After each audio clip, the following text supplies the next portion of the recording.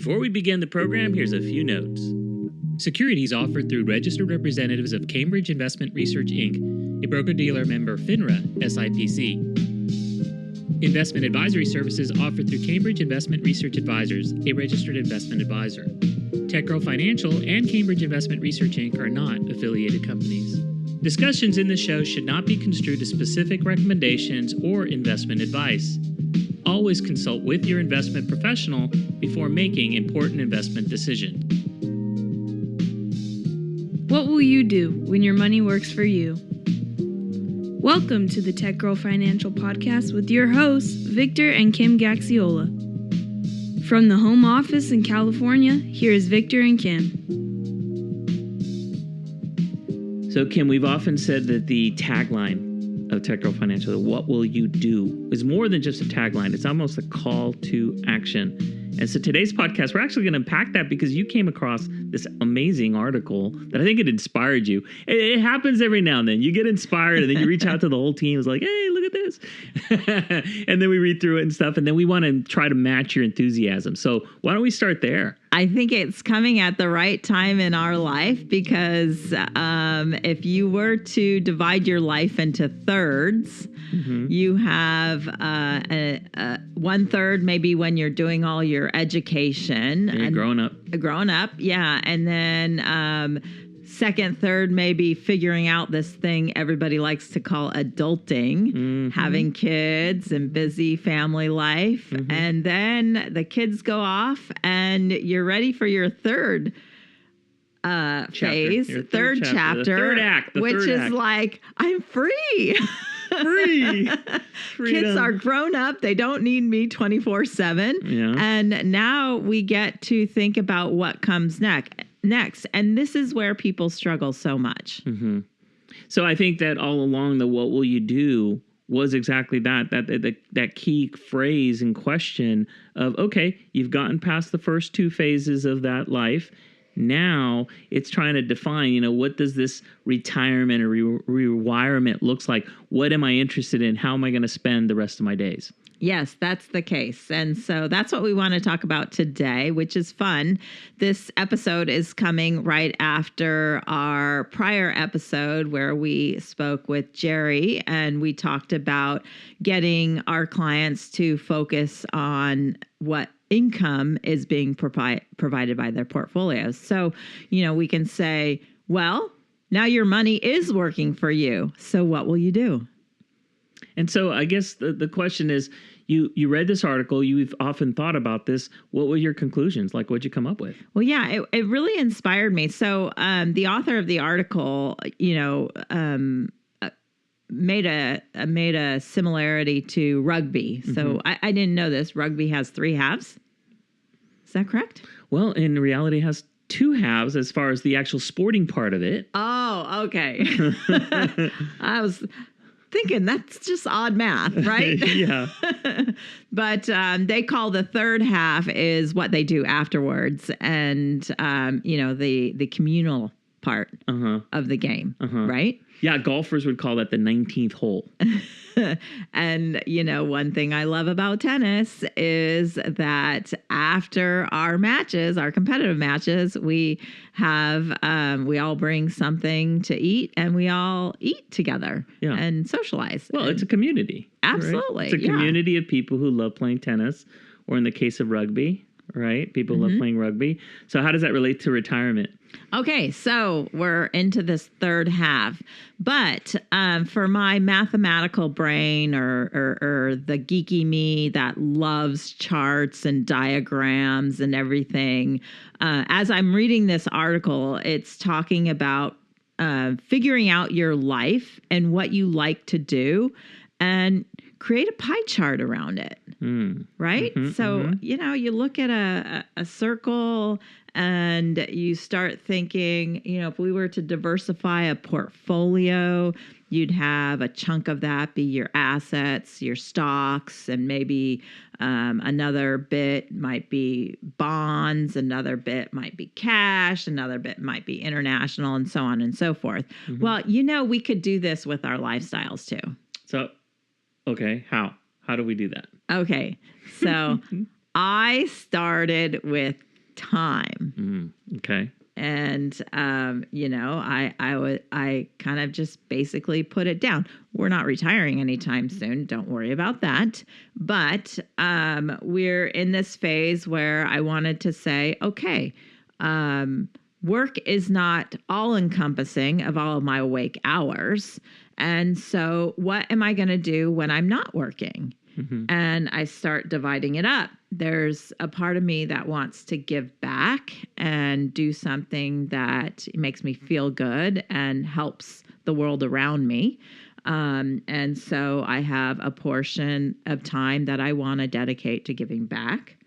There's a portion of time that I want for my family and friends. And there's a portion of time that, we want to travel.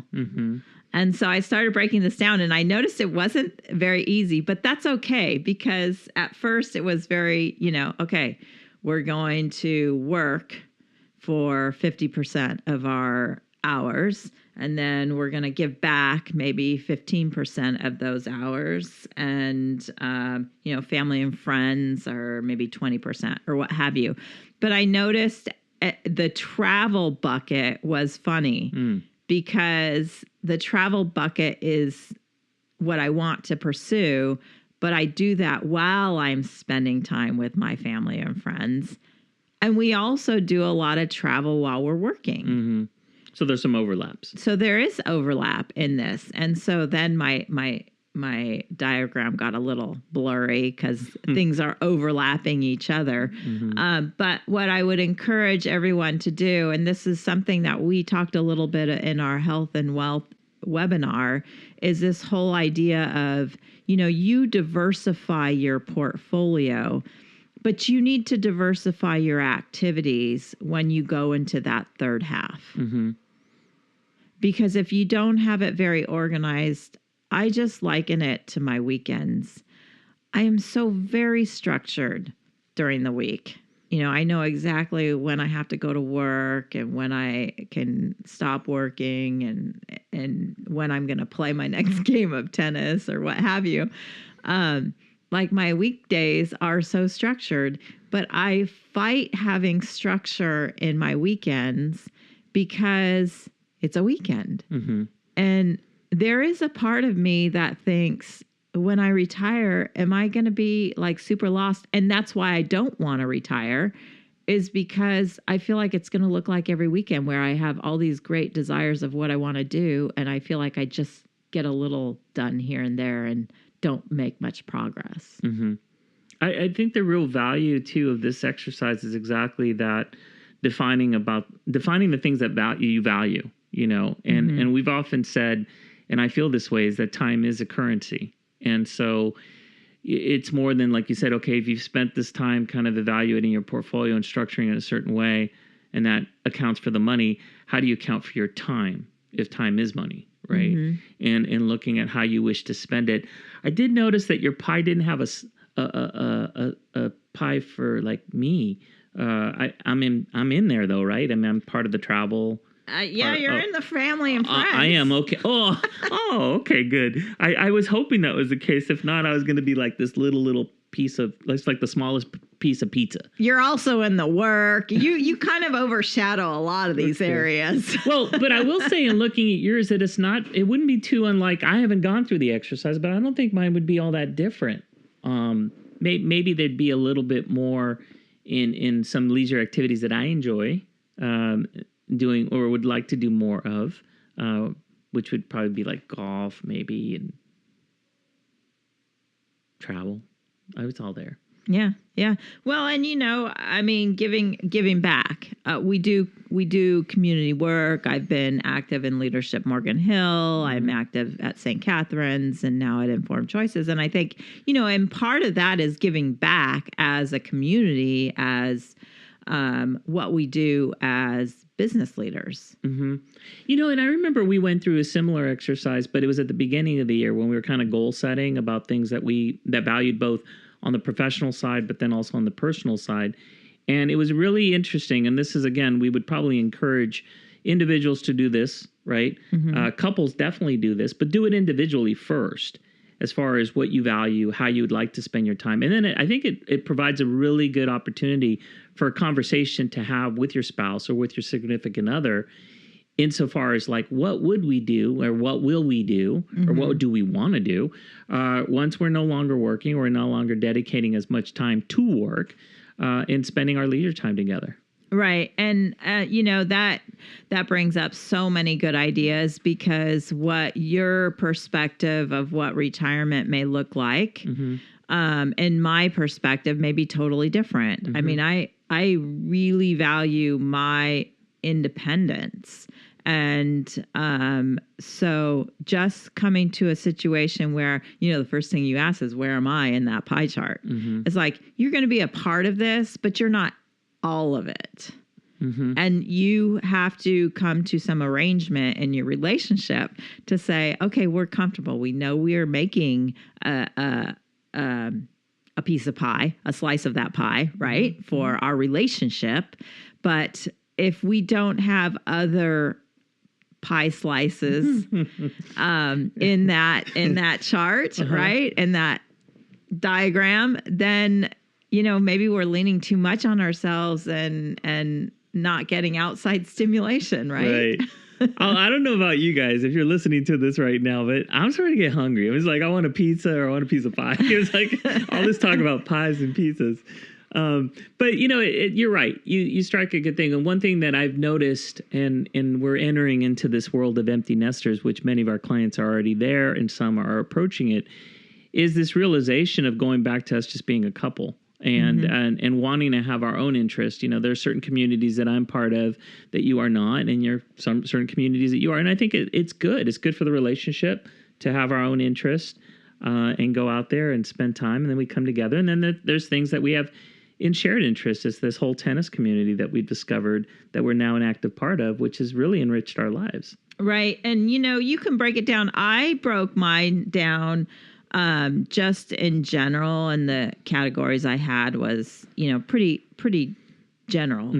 Work, giving back, family, friends, and travel. But like the challenge then is to break down those pieces even more. So again, I liken it to our stocks. We could break down stocks on capitalization. There's big companies and small companies. We can break it down in a sector and say we have bank stocks and we have tech stocks and so on and so forth. And I think that once you get here, then you can start breaking it down into the little pieces that are going to build your schedule. Well, and then it's part of that breakdown, because we talked about the overlaps, and you mentioned travel and work. Well, one of the benefits of being empty nesters now is that we can actually travel for work and be gone a little bit longer. And so case in point, for those of you that are listening to us in the Midwest, we are planning a Midwest tour. And part of that tour of going out to the Midwest to visit with clients, which is the work part, is also the leisure part, because being there for a longer extended period of time gives us the luxury of being able to take a few days for ourselves to travel and enjoy that location. So I'm excited because I'm finally going to get to go to Door County, Wisconsin, which I've always wanted to go to. Yes, I'm looking forward to that too. And fall is going to be lots of pretty colors out there. Absolutely. Not just there, but also in New England. So we'll be heading out there in October. Yeah, so there is a lot of overlap. When you start, you could break into your work area and say how much of this time is spent traveling versus how much of this time is spent, here in Northern California, and so on and so forth. How much of this time is dedicated to continuing education and training? Right. Because there are so many facets of our work. And, if I have a big area, a big slice, that's family and friends. And how much of that is family versus how much of that is friends, and, how much of that is spent traveling with, our family as we think about next year's travel plans.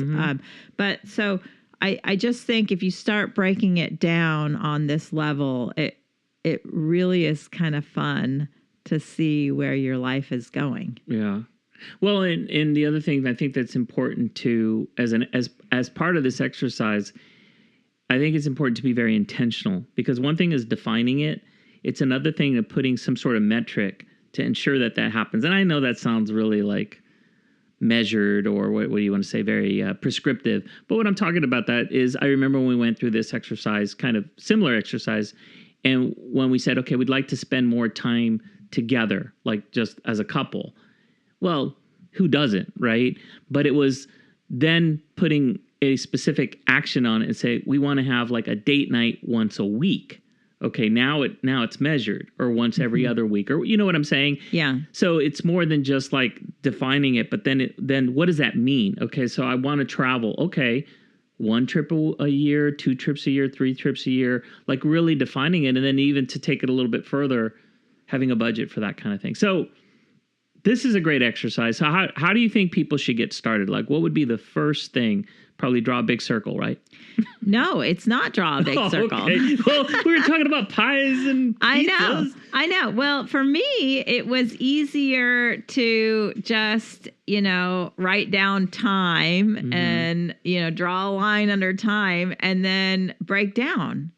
Okay. The categories. Yeah, the categories. Okay, so first it starts with identifying the categories, the slices of the pie. Yes, okay. Yes. And, keep it very basic and simple at first. And then you can play around with the numbers as you start to see where things fall. I have scribbles on this because, the beauty of this is you only have 100%, and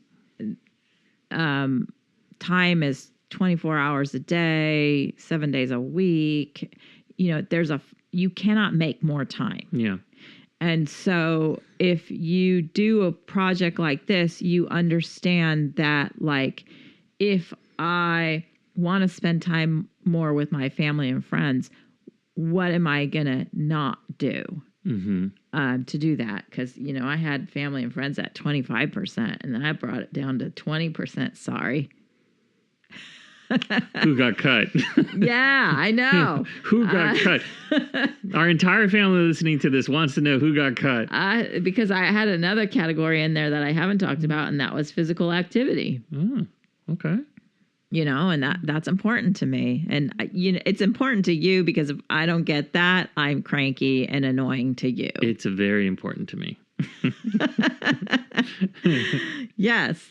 So, really so start playing around with it before you build your circle, because otherwise your circle might get kind of messy and you'll be making more and more circles. Yeah. So I think it's a great exercise. I think I should do it myself.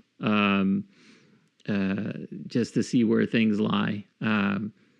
Yeah, and then we can share notes. Yeah, and it's so appropriate that I put it as the last page of my 5-year plan notebook journal. Yeah, journal. So I have this 5-year. This was more like business journal for our 5-year vision. Sure. And all I wrote in this journal was just like practice management, things that I needed to learn to take my business from what it was back in 2018, 2019 to where it is today in 2024.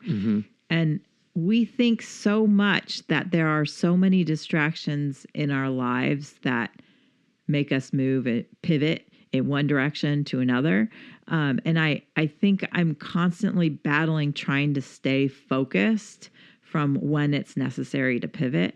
And it was so fun to look back. I read through this whole journal because I was looking for information for things that I was doing. And I was like, wow, we did what we were intentionally wanting to do.